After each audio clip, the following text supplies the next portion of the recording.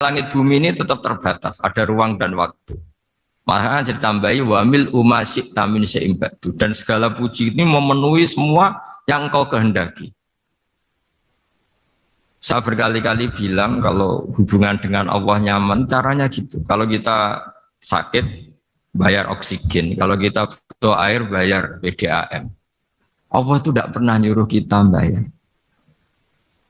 Apa saja hubungan dengan Allah. Nah, sholat itu maklumat bahwa kita apapun problemnya, alhamdulillah rabbil alamin. Kita maklumatkan terus bahwa kita bersyukur.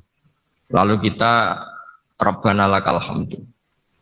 Makanya saya sering kalau disuruh Gus doain supaya pandemi cepat berlalu. Saya ini kan kalau kiai ya, kiai itu apa ya?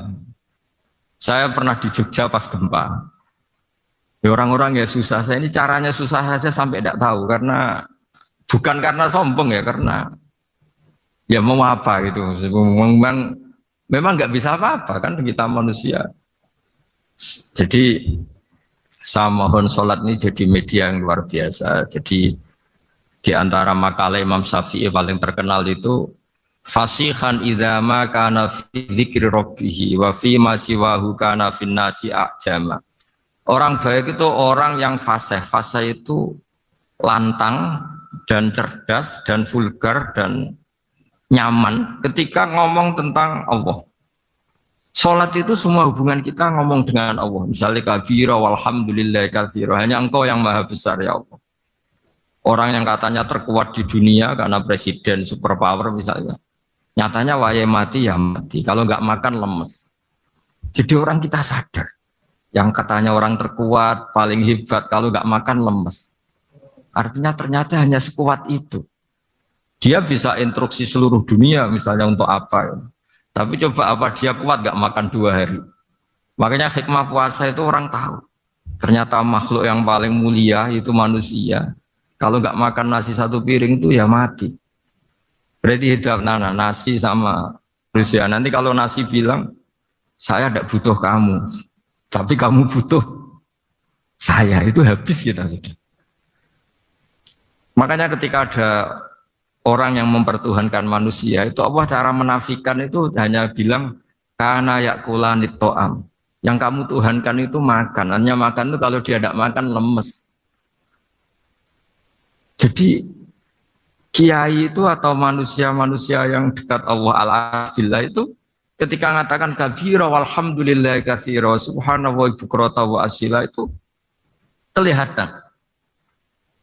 Makanya Quran kalau mencibir kita falola in kuntum ghaira madidin tarji'unaha in kuntum shadiqin. Kalau kamu merasa dijaya, mbok jangan mati, mbok jangan tua.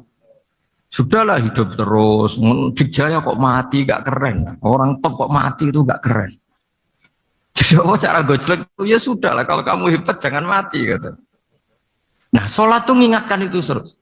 Sampai kita bilang inna sholati wa nusuki wa mahyaya wa mamati lillahi rabbil alamin. Gusti, saat ini saya ikrarkan hidupku, matiku, semuanya terserah engkau.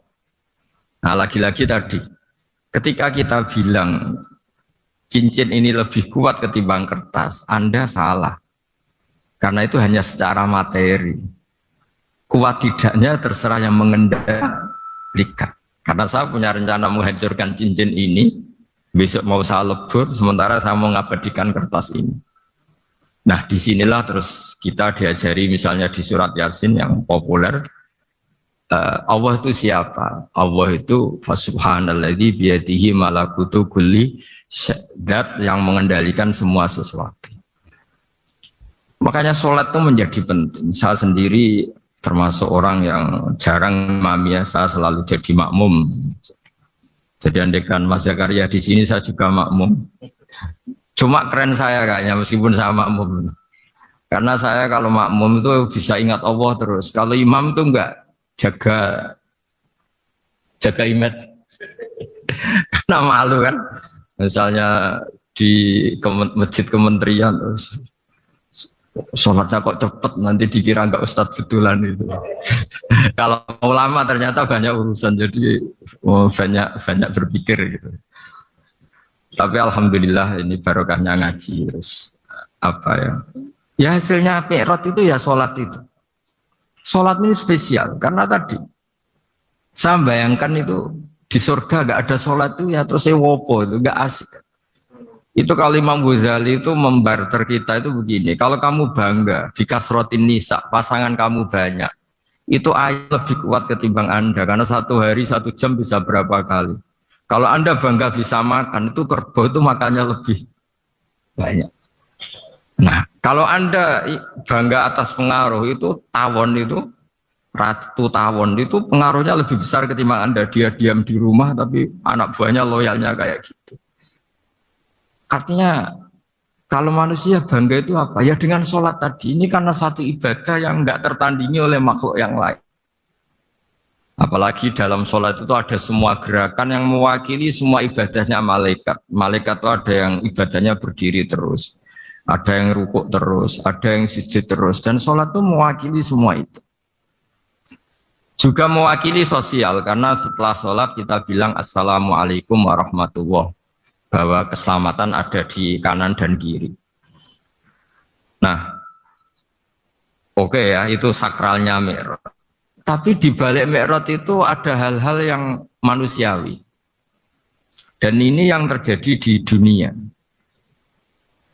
Ketika Rasulullah melangkai makamnya Nabi Musa, makam itu status ranking kalau dalam bahasa Indonesia itu.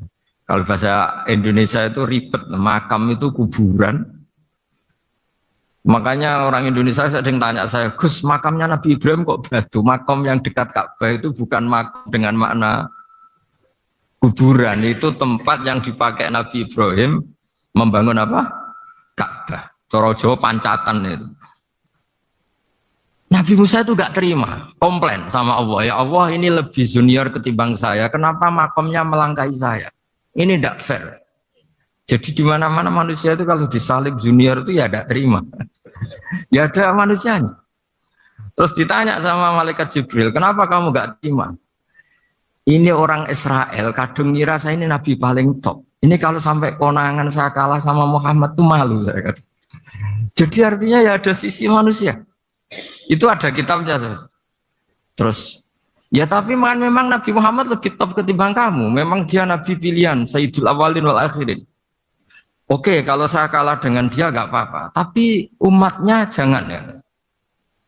Maksudnya umatnya bangsa Israel harus lebih top ketimbang kita. Makanya orang Israel sampai sekarang begitu itu ya memang ada sanatnya. Gak mau kalah. Karena usulnya Nabi Musa memang gak boleh kalah. Terus kata Allah, ya tidak bisa. Memang yang paling top tetap umatnya Muhammad, bukan umat kamu. Tetap kamu kalah. Sehingga setelah kalah dan menang itu kita terus tidak tahu. Misalnya begini ya, penemu komputer atau penemu mobil sama yang beli mobil itu hebat mana? Kalau bicara keilmuan ya hebat penemunya. Tapi kalau bicara kapitalistik, udah bikinkan mobil yang mewah gini-gini. Nanti tanggal ini jadi ya.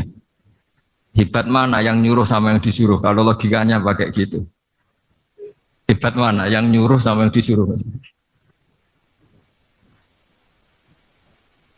Artinya kamu milih jadi mana? Penemu mobil hebat kan? Tapi terus sama orang kaya diminta bikinkan ini, speknya seperti ini, selesai gini. Hebat mana? Nyuruh sama disuruh? Menyuruh. Tapi yang nyuruh tidak bisa bikin mobil, yang disuruh bisa. Pinter mana? Pinter yang disuruh. Tapi pertanyaannya, wong bisa nyuruh ngapain bikin sendiri? Pinter mana? Ini mohon maaf karena di sini banyak orang nggak jelas-jelas juga. Artinya terus subjektivitas manusia ini tetap ada gitu. Kalau bisa beli ngapain bikin gitu. Tapi kalau bisa bikin ngapain beli. Nah mungkin perdebatan di kementerian atau di yayasan atau di kampung-kampung atau di apa mesti begitu. Dan itu di Mi'raj juga digambarkan. Digambarkan bahwa antar nabi ini ya ada kompetisi. Wa fi dzalika falyatanafasil mutanafisun. Tapi bedanya Nabi dengan kita itu satu. Nabi itu kalau keliru dengan tanda petik, Nabi itu kalau keliru itu jadi berkah. Itu bedanya kita. Kalau kita keliru kan keliru betul. Kalau Nabi itu tidak, kelirunya itu jadi berkah. Ini saya punya dua contoh kalau boleh dibahas.